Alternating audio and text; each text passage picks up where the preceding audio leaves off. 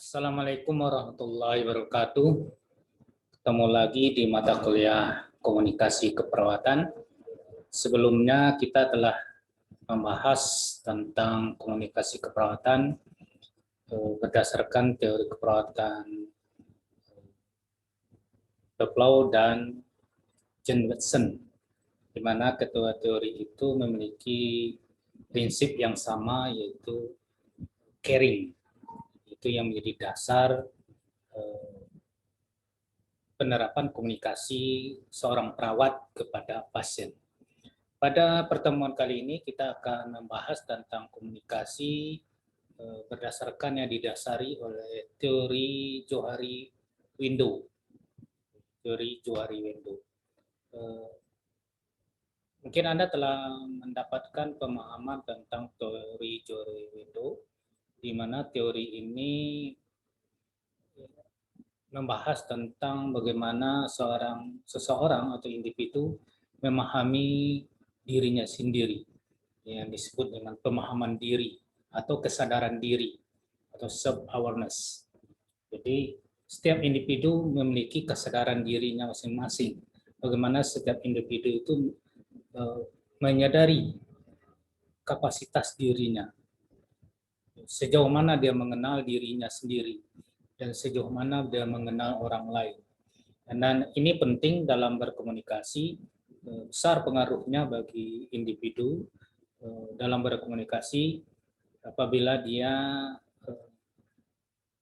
tidak memahami dirinya sendiri atau tidak sadar atas kemampuan dan kelemahan dirinya sendiri. Jadi semakin baik dia menyadari kemampuan kapasitas dirinya sendiri, maka dia akan mampu menempatkan dirinya dan mampu berkomunikasi dengan baik dengan orang lain. Kesadaran diri ini adalah sangat penting. Jadi suksesnya seseorang dalam kehidupan sehari-hari dalam menjalankan tugas, fungsi, dan profesi, terutama perawat, yang lebih-lebih perawat adalah bekerja sehari-hari dalam tim, secara tim, baik tim perawatan itu sendiri maupun dengan tim tenaga kesehatan yang terdiri dari dokter, apoteker, analis, gizi, dan semacamnya, dan lain-lainnya, itu membutuhkan suatu komunikasi untuk mencapai tujuan terapi pada pasien. Dan apabila masing-masing individu tenaga kesehatan yang terlibat memiliki kesadaran diri yang baik, maka tugas tim itu akan bisa sukses. Tapi begitu pula sebaliknya, akan menghambat dalam berkomunikasi, di mana masing-masing individu dalam tim itu tidak menyadari, tidak memahami siapa dirinya masing-masing, sehingga akan terjadi ketidakefektifan dalam berkomunikasi dalam tim. Begitu juga nih komunikasi perawat dengan pasien. Kalau perawat tidak bisa memahami, tidak mampu memahami dirinya sendiri, tidak sadar atas kemampuan dan menyadari siapa dirinya, maka sulit dia berkomunikasi secara efektif dengan pasien. Jadi apabila seorang itu memahami dirinya sendiri, di mana letak kekuatan dan kelemahannya, maka dia akan memaksimal kemampuannya dan dia akan meminimalisir kelemahan-kelemahannya sehingga dia mampu menempatkan dirinya dan berkomunikasi secara efektif dengan orang lain, atau perawat itu sendiri mampu berkomunikasi dengan baik dengan pasien. Jadi dalam bekerja sama atau tim itu, maka kekuatan individu itu sangat penting sekali. Masing-masing individu kalau dia menyadari kelemahannya, maka akan bisa ditutupi oleh orang lain atau tim yang lain. Tapi kalau individu, salah satu tim atau di antara timnya tidak memahami kelemahannya, maka orang lain atau tim yang lain sulit untuk menutup kelemahan-kelemahan itu, sehingga kerja tim akan tidak efektif. Maka dengan apabila semua tim memiliki kesadaran di mana kemampuan dia, di mana kelemahan dirinya, maka semua tim tahu kelemahan dan kekuatan masing-masing dan saling mengisi kelemahan masing-masing, maka kerja tim itu akan lebih baik. Begitu juga perawat dengan pasien. Dia tahu di mana kemampuan dia berkomunikasi dan di mana kelemahan dia dalam berkomunikasi, sehingga dia bisa menutup kelemahannya, sehingga kemampuan dia berinteraksi dan berkomunikasi dengan pasien akan semakin efektif, atau akan bisa berjalan dengan baik dan dengan tim kesehatan lainnya. Jadi pada prinsipnya kesadaran diri ini sangat penting dalam berinteraksi, berkomunikasi, dan bekerja sama dengan orang lain. Semakin baik kesadaran diri seseorang, maka semakin baik dia berinteraksi dan berkomunikasi dengan orang lain. Karena di situ dia akan saling menyokong, saling menutupi setiap kelemahan, karena kita terbuka di mana kelebihan kita dan di mana kekurangan kita. Sehingga berjalan dengan efektif kerja sama tim. Ini kita dapat lihat bagaimana manfaat dari kesadaran diri yang baik dari masing-masing diri, baik itu perawat atau tenaga kesehatan ataupun perawat dengan pasien dalam menjalankan komunikasi atau interaksi. Manfaatnya diantaranya memahami diri kita dalam berhubungan dengan orang lain. Jadi pada saat kita berinteraksi, kita sudah tahu kapasitas kita, di mana kelemahan kita dan di mana kelebihan kita, sehingga kita bisa menempatkan diri kita secara tepat. Ya. Jadi sering disebut kalau kita tidak sadar siapa diri kita, maka sering disebut tidak sadar diri. Kenapa disebut tidak sadar diri? Karena kita tidak menyadari di mana kelebihan kita dan di mana kelemahan kita. Sehingga kita seolah-olah semuanya mampu, padahal ada kita satu sisi kita tidak mampu, sehingga kita terkesan tidak tahu diri. Di orang yang tidak tahu diri atau tidak sadar diri, maka komunikasi atau interaksi dengan orang lain akan tidak efektif. Kemudian mengembangkan dan mengimplementasikan kemampuan diri. Itu tadi, kalau kita sudah memahami, mengintrospeksi diri kita, siapa kita, apa kelebihan kita, apa kekurangan kita, maka kita akan bisa memaksimalkan sisi kelebihan kita dan bisa meminimalisir sisi kelemahan kita. Sehingga kita bisa menempatkan diri kita secara tepat dengan orang lain. Nah, kalau selanjutnya dengan kita tahu kelebihan dan kekurangan kita, maka kita bisa memilih atau menetapkan di mana pilihan yang tepat bagi kita, di mana kita bisa berkembang dengan baik dengan segala kelebihan dan kekurangan yang ada pada diri kita. Tapi kalau kita tidak tahu di mana kelebihan dan kekurangan kita, maka kita salah memilih di mana kita bisa berkarir atau berkarya secara baik. Ya, karena itu tadi, kita tidak memahami kapasitas kita, tidak memahami kelebihan kita, dan tidak memahami atau menyadari di mana kelemahan-kelemahan kita. Yang pada akhirnya kita salah memilih, menetapkan pilihan di mana kita sebaiknya berada. Kemudian mengembangkan hubungan kerja dengan orang lain.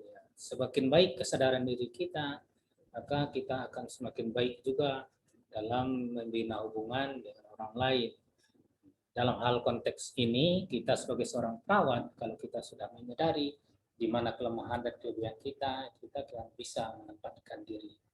Misalnya komunikasi kita yang intonasinya terlalu keras, sehingga kita bisa menempatkan dengan baik. Kita sadar bahwa intonasi kita tinggi, maka kita mungkin menyampaikannya bisa mengontrol diri, bisa mengendalikan diri, atau sehingga komunikasi itu bisa berjalan dengan baik. Selanjutnya memahami nilai diversity atau perbedaan. Kalau kita tahu siapa kita dan mengetahui siapa orang lain, maka kita akan menyadari bahwa kita ada perbedaan dengan orang lain. Kita seorang perawat tentu punya perbedaan dengan pasien. Nah, kalau kita menyadari perbedaan itu, maka kita akan telah siap dengan perbedaan itu, di mana perbedaan itu jangan sampai menjadi kendala kita dalam berkomunikasi dengan pasien. Selanjutnya itu meningkatkan kemampuan peran serta kita pada organisasi lingkungan dan keluarga. Ya, pada dasarnya kalau kita memiliki kemampuan dalam memahami diri kita sendiri, dengan sendirinya kita akan bisa menempatkan diri di mana saja kita berada. Di lingkungan terkecil, di keluarga, di lingkungan organisasi atau kantor, atau di lingkungan yang lebih besar, kita akan bisa menempatkan diri kita dengan tepat karena kita sudah tahu atau sebetulnya sudah tahu diri. Jadi, kapasitas kita di mana yang paling pas untuk kita. Ya. Tidak mengambil sesuatu posisi yang di mana kita tidak pas untuk di situ. Ya.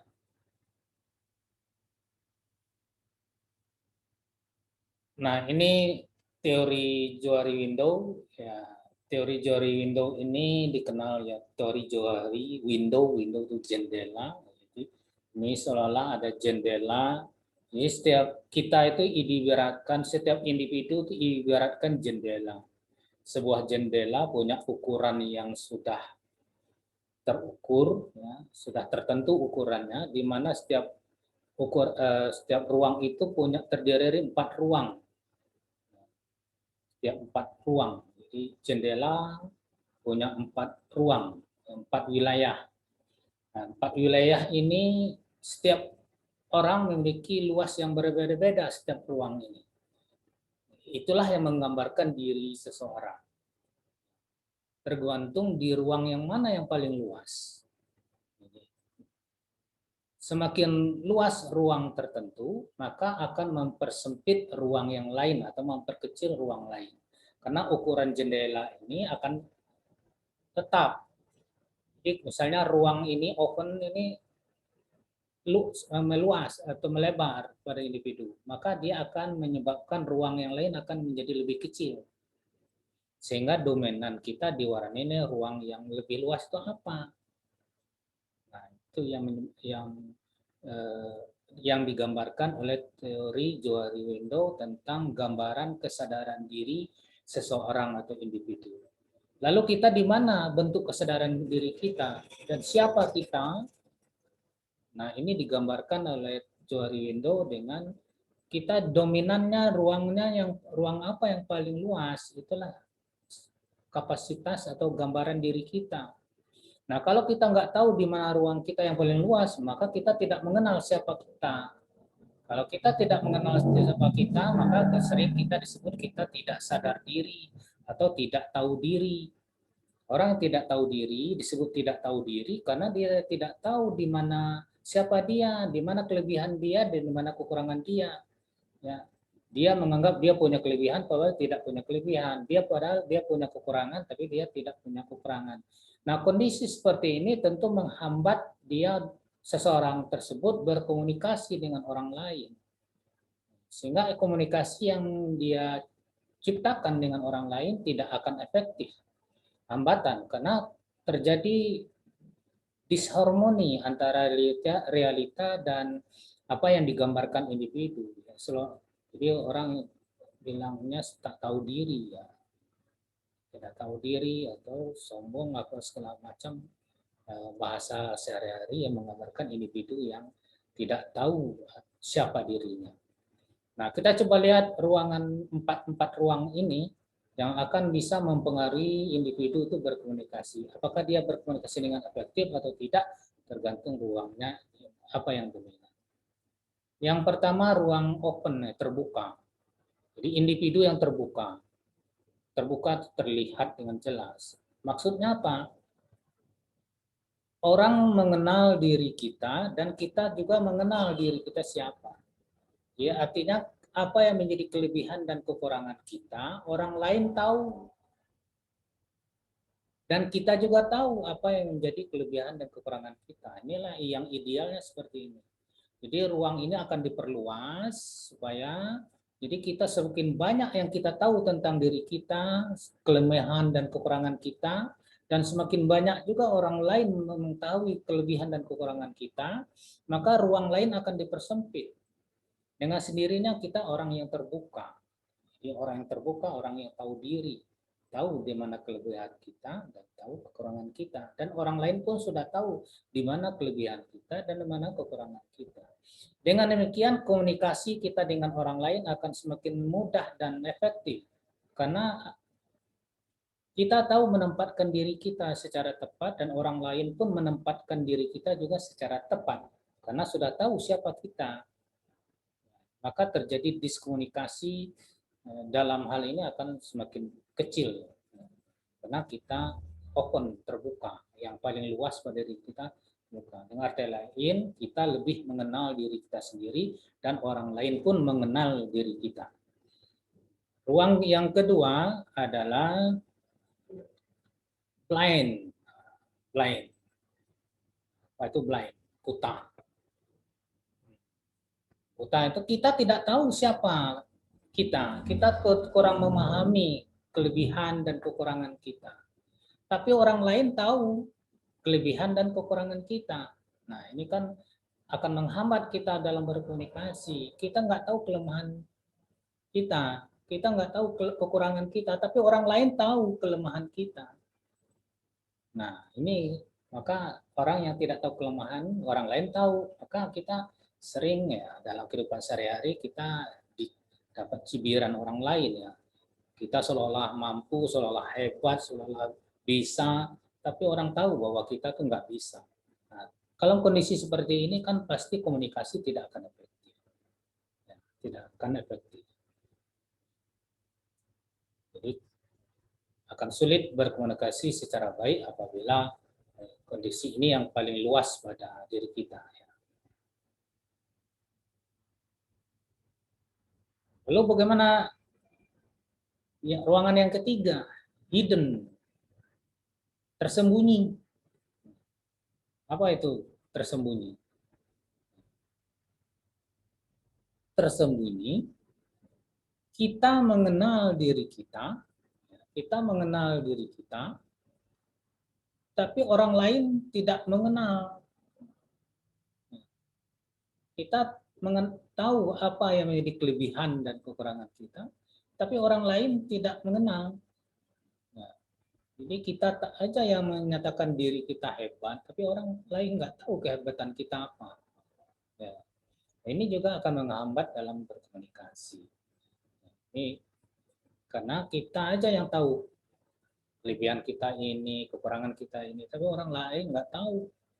Ya, sehingga akan menghambat juga berkomunikasi. Ya, kita menganggap kita mampu, kita bisa, tapi orang lain nggak menganggap kita malah nggak mampu, nggak bisa. Jadi sulit juga tercipta suatu komunikasi yang efektif apabila kondisi kesadaran kita dalam menurut teori Eugendo ini yang lebih luas pada diri kita. Yang keempat, unknown, tidak diketahui. Ini kita tidak mengenal diri kita sendiri, orang lain pun tidak mengenal. Sudah gelap sudah. Ya, ini individu yang gelap. Dia saja individunya sendiri tidak tahu siapa dia, apa kelebihan dan kelemahan dirinya. Dan orang lain malah juga lebih-lebih orang lain yang juga tidak tahu apa kelebihan dan kekurangan dia. Ini sudah suram di masa depan seperti ini. Nah, tentu dalam kehidupan sehari-hari kita berharap ruang yang paling luas pada diri kita menurut teori adalah ruang open ini kita perluas sehingga ruang blind ini diperkecil, ruang unknown ini diperkecil, ruang buta ini diperkecil sehingga kita ini open itu kita tahu siapa diri kita tahu di mana kelebihan dan kekurangan kita, dan orang pun tahu di mana kelebihan dan kekurangan kita, sehingga orang mengenal siapa kita, dan kita pun mengenal siapa kita, sehingga komunikasi akan mudah dan efektif. Dalam konteks ini, maka kita sebagai perawat harus memahami kemampuan dan kekurangan kita sebelum berkomunikasi dengan pasien. Karena pasien itu unik. Kenapa disebut unik? Setiap pasien punya karakteristik tersendiri. Setiap individu punya latar belakang tersendiri. Sehingga kemampuan dia berkomunikasi juga berbeda antara satu pasien dengan pasien yang lain. Sehingga kita tidak bisa menempatkan pasien itu sama. Jadi unik, pasien itu unik. Ya, harus punya pendekatan yang berbeda-beda. Disitulah disebut dengan pendekatan perawatan itu adalah seni atau arts. Disitulah kemampuan seorang perawat menempatkan seni dan ilmunya dalam melakukan pendekatan asuhan keperawatan, dalam hal ini berkomunikasi dengan pasien yang unik. Nah, hal ini bisa diterapkan apabila seorang perawat memiliki kesadaran diri yang baik. Nah, kalau dalam arti kata, seorang perawat mampu mengenal dirinya, mampu mengenal kemampuannya, mampu mengenal kelebihannya, dan juga mampu mengenal kelemahan-kelemahannya. Sehingga pada saat berinteraksi dengan pasien, berinteraksi dengan orang lain, dia bisa memaksimalkan kemampuannya dan menganalisir kelemahan-kelemahannya dalam berkomunikasi, sehingga tidak menjadi hambatan dalam berkomunikasi. Sehingga komunikasi itu bisa berjalan secara efektif. Itu sekilas gambaran bagaimana gambaran teori Johari Window tentang kesadaran diri yang bisa berdampak pada kemampuan seorang perawat berkomunikasi dengan pasien.